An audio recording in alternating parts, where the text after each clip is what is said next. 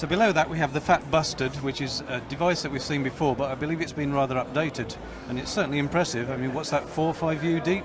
It's 4U. Yeah, we previewed this as an 8-channel semi-mixer at the AES show in New York, and we got a great response from it. We've got some feedback from people saying 8 channels wasn't enough, so Vic went back to the drawing board, and he's managed to squeeze 12 channels out of it now.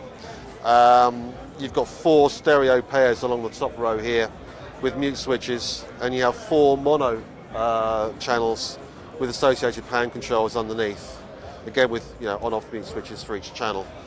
But you've then got an EQ section on the stereo bus. You've got a separate bass and treble lift, and a separate bass and treble cut, all with individual bypass switches.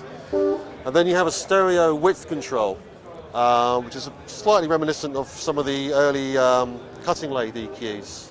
And that's really effective. I heard this at Nick's studio last week, the guy who is the director of Thermionic Culture, and it works beautifully. Guitars on a rock track, the guitars got spread out really nicely, but the centre image remained really solid. Again, that attitude knob, yeah? And then the attitude knob. So on the stereo bus, you can dial in, some attitude, some harmonic distortion on the output. And then you have your master fader here. But we're 12 channels isn't going to be enough for some people either. So what the plan is, there's going to be an add-on expander called the Little Bustard.